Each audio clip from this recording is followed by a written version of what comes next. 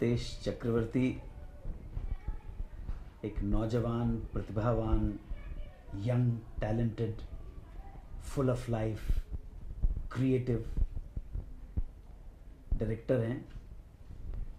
एक अच्छी फिल्म बनाने की कोशिश कर रहे हैं, एक अच्छे सब्जेक्ट के ऊपर काम कर रहे हैं, तो ना कहने का कोई प्रश्न नहीं होता। रितेश, क्या जब मंगल हो की अगर मैं बात करता हूँ तो जहन में पहले से ही अनु जी थे कि आप उन्हें ही लेना है? Sir, with all due respect, उनको मद्देनजर रख के कहानी लिखी गई? जब मैं लिख रहा था कहानी, तब भी आई थिंक जब इंटरवल तक पहुंचा था, when I was writing it, तभी I think Vicky Donor had come at that time. I was writing it for like it took around 2 years to complete the script, and once I saw that film, so I think Anu ji raised the bar for everyone through that film and through his other works also. But to me, if anyone can do justice to comedy, or who can portray comedy in the best fashion in India, he's just sitting in beside me. बस.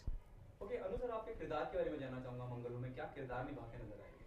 Scientist है और आज पहली बार मंगल हो film के बारे में मुझे बोलने का मौका दिया गया है, तो शायद मैं जो अपने दिल के विचार व्यक्त कर रहा हूँ वो ही शायद मेरे फिल्म की टैगलाइन भी हो सकती है। हमारी फिल्म का नाम है मंगल हो। मैं प्ले कर रहा हूँ साइंटिस्ट, वो साइंटिस्ट जो ढूंढने की कोशिश कर रहा है कि मंगल पे जीवन है या नहीं है। वो साइंटिस्ट जो ढूंढने की कोशिश कर रहा है कि मंगल पे जीवन है या नहीं है, और एक हम दोनों हैं जो ढूंढने की कोशिश करेंगे कि जीवन में मंगल है या नहीं है। ठीक है? आप समझ रहे ना, ये डबल मीनिंग का डायलॉग है। साइंटिस्ट ये ढूंढने की कोशिश कर रहे हैं कि मंगल पे जीवन है या नहीं है, और हम दोनों मिलके ये कोशिश करेंगे कि हमारे दर्शकों के जीवन में मंगल है या नहीं है।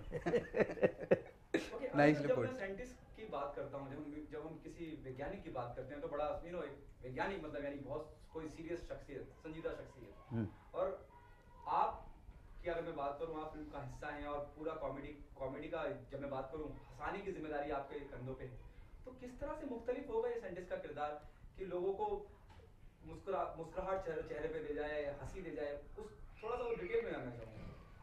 अगर डिटेल में जानना चाहेंगे तो मैं इतना बोल सकता हूं कि दुनिया के जितने बड़े बड़े साइंटिस्ट हुए हैं, जिन्होंने मानव के कल्याण के लिए बड़े बड़े आविष्कार किए, बड़ी बड़ी डिस्कवरीज किए, उनका क्योंकि सारा ध्यान किसी नई चीज़ को रचने में रहता है। और मैं आगे बढ़ने से पहले एक बात बताना चाहता हूं कि I have always been a man of science, man of logics and reasons, and I was a student of science also, chemistry, physics, mathematics का, और काम कर रहा हूँ मैं एक क्रिएटिव बिल्कुल आर्ट के फील्ड में, लेकिन मेरा अप्रोच जो है लाइफ के लिए बहुत साइंटिफिक है, और इत्तेफाक से अब मैं साइंटिस्ट का रोल कर रहा हूँ। साइंटिस्ट को जितना मैंने नज़दीक से पाया है, उनके बारे में पढ़ा है, चाहे थॉमस अल्वा एडिसन हो, मदाम क्यूरी हो, हरकोविद कुराना हो, लुई पैस्चर हो, आइजक न्यूटन हो। आइजक न्यूटन ने तो अपनी बिल्ली के लिए दो छेद बनवाए थे, एक मदर बिल्ली के लिए और एक उसके बच्चे के लिए। उसका लॉजिक ये था कि यार एक से तो माँ जाती है, लेकिन उससे उसका बच्चा कैसे जाएगा। तो साइंटिस्ट जो है, आम जो प्रैक्टिकल जीने का तरीका है वो शायद उसमें पारंगत नहीं होता जो आम आदमी होता, क्योंकि उसका फोकस होता है किसी नई चीज़ को रचना करने के लिए।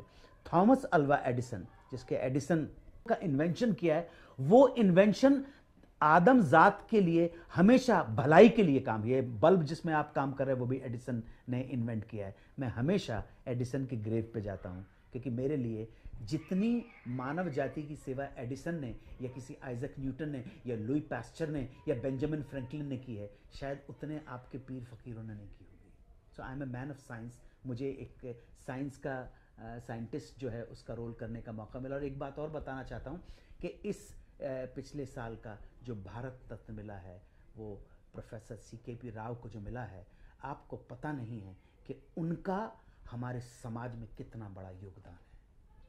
हाँ, उनकी किसी चीज़ को उसका वो फोकस है। अब साइंटिस्ट के दिमाग में H2SO4 प्लस MnSO4 कुछ चलता रहता है, कहीं उसके दिमाग, उस आम आदमी को लगेगा ये पागल आदमी हो सकता है। आम आदमी के लिए वो चीज़ शायद हो सकता है फनी हो सकता है। ठीक है ना आप मेरी बात? ओके प्रतीक जी, जैसे अनुज जी ने बताया, और अगर मैं विकी डॉनर की बात करूं या हाल में रिलीज शॉकिंग्स की बात करूं, अब दौर तो हमेशा से रहा है, लेकिन शायद अनुज जी ने एक नया आयाम खड़ा किया है। मतलब इतने सालों लगातार इंडस्ट्री में काम करते आए हैं, कर रहे हैं।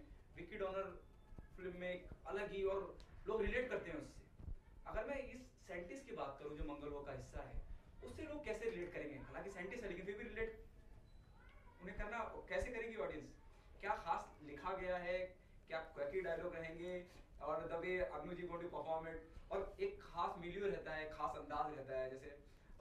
जैसे विकी डॉनर की बात करूं, एक नॉर्थ खास दिल्ली का टच है। ये साइंटिस्ट भी नॉर्थ इंडियन ही है लेकिन नॉर्थ इंडियन साइंटिस्ट है, लेकिन जैसे अनु जी ने कहा कि पागल साइंटिस्ट है, कंप्लीटली मैड।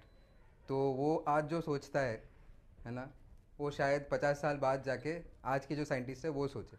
इतना मैडनेस है उनमें।